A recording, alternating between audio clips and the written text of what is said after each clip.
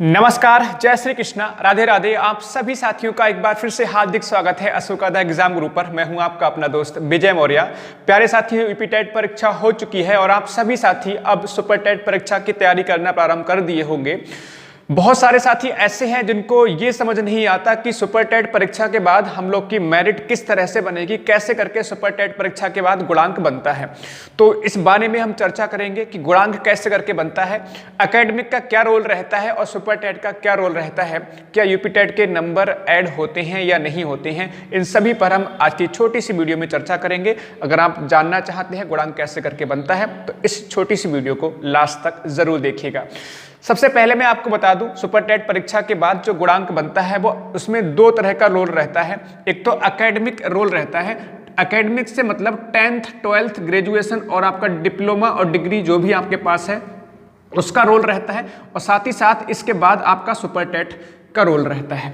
तो सबसे पहले मैं यहाँ पर आपको बात करूँ कि अगर हम एकेडमिक की बात करें तो एकेडमिक का जो रोल रहता है वो 40% का रहता है, और जबकि सुपर टेट का रोल रहता है गुणांक बनने में वो 60% का रहता है। तो ओवरऑल जो है आपका ये 100%, ये बात आपको समझ में अच्छे से आ रही होगी। अब मेरे प्यारे साथियों, किस तरह से एकेडमिक गुणांक बनता है, यहाँ पर बहुत सारे साथी ऐसे हैं जिनको भ्रम रहता है या फिर डाउट रहता है। बहुत सारे साथी ऐसे हैं जो कहीं ना कहीं एकेडमिक निकालने में गलती करते हैं।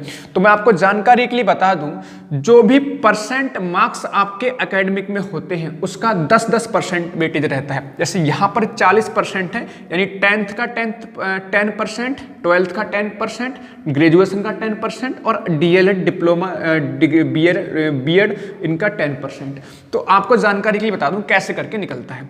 जैसे आपके मान लेते हैं कोई बच्चा ऐसा है जिसके 10th में 70% मार्क्स हैं, 12th में 68% मार्क्स हैं, ग्रेजुएशन में 62% मार्क्स हैं, और मान लेते हैं बीएड डीएलएड या जो भी आपने किया हुआ है उसमें 60% मार्क्स हैं।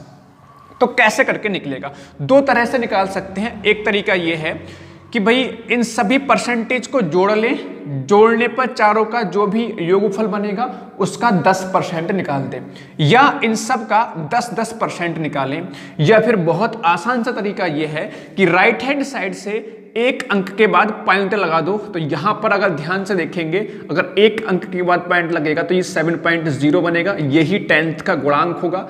ऐसे यहां पर 6.8 बनेगा, यहां पर 6.2 बनेगा। देखो एक के बाद राइट हैंड साइड से पॉइंट लगा दिया, यहां पर एक के बाद पॉइंट लग जाएगा, ऐसे यहां पर एक के बाद पॉइंट, यानी कि 6.0।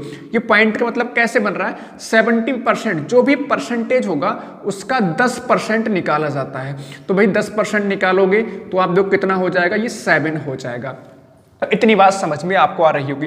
कई सारे साथी ऐसे हैं जिनको इस बात के लिए डाउट है, मेरे पास मैसेज भी लगातार आते रहते हैं कि सर गुणांक किस तरह से निकलता है। कुछ साथियों को डाउट ये रहता है कि जो नंबर हमारे पास आते हैं उनका 10% निकलता है। नहीं भाई, ध्यान रखेंगे जो भी परसेंटेज मार्क्स आपके आए हैं उसका 10% निकलता है, ठीक है ना। इसका 10%, इसका 10%, इसका 10%, इसका 10%। तो यहां से आपका ये इस तरह से बन रहा है। तो ये कितना बना आप यहां पे देख सकते हैं, इनको ऐड कर रहे होंगे। तो अगर एकेडमिक गुणांक की बात हम यहां पे करेंगे तो 7 6 13 और 13 6 19 और 19 और 6 आपका 25, और इसको ऐड कर रहे होंगे। ये जो एकेडमिक यहां पे जो गुणांक बन रहा है वो 20 आपका 6 आ रहा है, ठीक है। अब सुपर टेट का गुणांक किस तरह से बनता है, बहुत ध्यान से समझने की आवश्यकता है। इसमें भी बहुत सारे साथियों को डाउट रहता है। मैं आपको जानकारी के लिए बता दूं, आपका सुपर टेट परीक्षा आपके 150 अंकों की होती है, यानी 150 अंकों की होती है। फॉर एग्जाम्पल, अगर एक बच्चा ऐसा है जिसके 150 में से मान लेते हैं कि 105 अंक आए हैं, ध्यान रखेंगे 105 अंक आए हैं, तो सबसे पहले जैसे कि यहां पर परसेंटेज का हमने 10% निकाला है, ऐसे यहां पर भी परसेंटेज निकालना होगा। तो क्या करोगे, सबसे पहले यहां पर परसेंटेज निकालो। 105 आए हैं 150 में से, तो प्यारे साथियों इस तरह से ये परसेंटेज बनता है ना। 150 में से जितने भी नंबर आएंगे ऊपर लिखेंगे और गोड़े में 100 लगा देते हैं। तो भाई ये आपका 15 सत्ते 105, ठीक है, 7 ढाई हो जाता है 70। यानी अगर हम बात करेंगे तो अगर बात करेंगे 150 में से 105 नंबर अगर किसी के आए हैं तो उसका यानी 70% नंबर आ रहे हैं। ठीक है, तो अब देखिए हमें ध्यान रखना है, जो भी परसेंटेज आया है 70% आया, उसका 60% निकालेंगे तो उसका 60% का मतलब अपॉन में 100। तो प्यारे साथियों यहां पर गुणांक बनेगा सुपरटेट कितना 42। तो जो भी 150 में से अंक आते हैं जो ऊपर लिख लोगे, नीचे 150 है, गुणे में 100 आएगा, जो भी परसेंटेज आएगा उसका 60%। तो 42 यहां पर आया। ठीक है, 42 गुणांक सुपरटेट में बन रहा है किसी बच्चे का, और ये एकेडमिक बन रहा है 26। तो इन दोनों को जोड़कर, तो 26 और प्लस 42 इन दोनों को जोड़कर जो टोटल बनता है वही आपका गुणांक कहलाता है, टोटल गुणांक। तो 6 और 2 8, 4 2 6, यानी कि 68 गुणांक बन रहा है। ठीक है, बात को समझ में आ रही, और इसी गुणांक के आधार पर आपकी मेरिट बनती है। ठीक है, बहुत सारे साथी ऐसे हैं जिनका 68 से ऊपर बन रहा होगा, कुछ साथी ऐसे इनका 68 से नीचे बनेगा। तो गुणांक के बाद, टोटल गुणांक के बाद जो गुणांक निकल कर आता है, इसी के आधार पर आपकी मेरिट बनती है। और आपको याद होगा जो 69,000 शिक्षक भर्ती उसमें 68 के आसपास जनरल का रहा था, एग्जैक्ट मुझे याद नहीं है लेकिन 68 के आसपास जनरल का रहा था, 66 67 के आसपास ओबीसी का रहा था, और 61 62 के आसपास SC ST का रहा था गुणांक। ये 2-3 साल पहले की बात है। तो अब जो आप तैयारी कर रहे हैं, आप मान के चलें जो भी वैकेंसी आएंगी, हो सकता है 17,000 ही आए, क्योंकि 17,000 की गवर्नमेंट ने बात की थी। अब क्या होगा फ्यूचर में कोई नहीं जानता, कितनी भर्ती आएगी अभी इसके बारे में कोई जानकारी नहीं है। संभावना यही थी कि 97,000 वैकेंसी आनी चाहिए थी, लेकिन गवर्नमेंट 17,000 का नोटिफिकेशन जारी करने का प्लान बना रही थी, लेकिन तब तक आचार संहिता लग गई थी। तो अब जो संभावना ये कि कहीं ना कहीं वैकेंसी बढ़ के आएगी, ये भी संभावना है, और गुणांक कहीं ना कहीं आपका बढ़ेगा। आप मान के चलो कि आपको 70+ मान के चलना होगा, 70+ अपनी तैयारी करके रखनी होगी, आप उसी तरह से तैयारी करें। और एक बात और समझने की आवश्यकता है कि आप अपना गुणांक निकाल के देखो, एकेडमिक गुणांक कितना हो रहा है। सभी साथी अपना एकेडमिक गुणांक कमेंट करके जरूर बताएंगे। और मैं एक बहुत प्यारी सी बात आपको बता दूं, बहुत सारे साथी ऐसे जिनका 25 26 27 के आसपास गुणांक बन रहा होगा।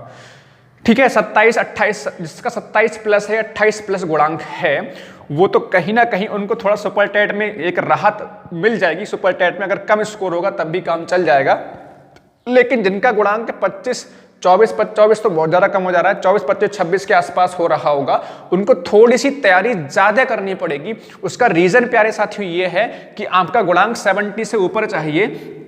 ठीक है, और आप देखेंगे 42 जो गुणांक बन रहा है वो 105 पे बन रहा है। तो कहीं ना कहीं उन सभी साथियों को 120+ का टारगेट लेके चलना पड़ेगा। ठीक है, जिनका गुणांक अगर मान लीजिए एकेडमिक 25 के आसपास है, 24 है, 25 है, 26 है, तो उनको 120+ सुपरटेट में स्कोर लाना पड़ेगा, तब जाके 70+ गुणांक बनता है।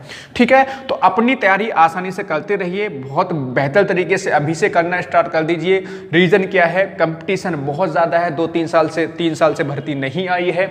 सभी साथी लगातार यूपीटेट सीटेट पेपर दे रहे हैं, इकट्ठे होते चले जा रहे हैं, तो इस बात को समझना होगा। और एक इंपॉर्टेंट बात और समझ लीजिए कि सुपरटेट में पास होना अनिवार्य है। सुपरटेट में पास हो, जिस तरह से यूपीटेट में 90 और 82 पे पास होना होता है, उसी तरह से सुपरटेट परीक्षा में 90 और 97 पर पास माना जाता है। अगर ये इससे कम है तो आपका फिर कोई फायदा नहीं है, इस बात को समझने की आवश्यकता है।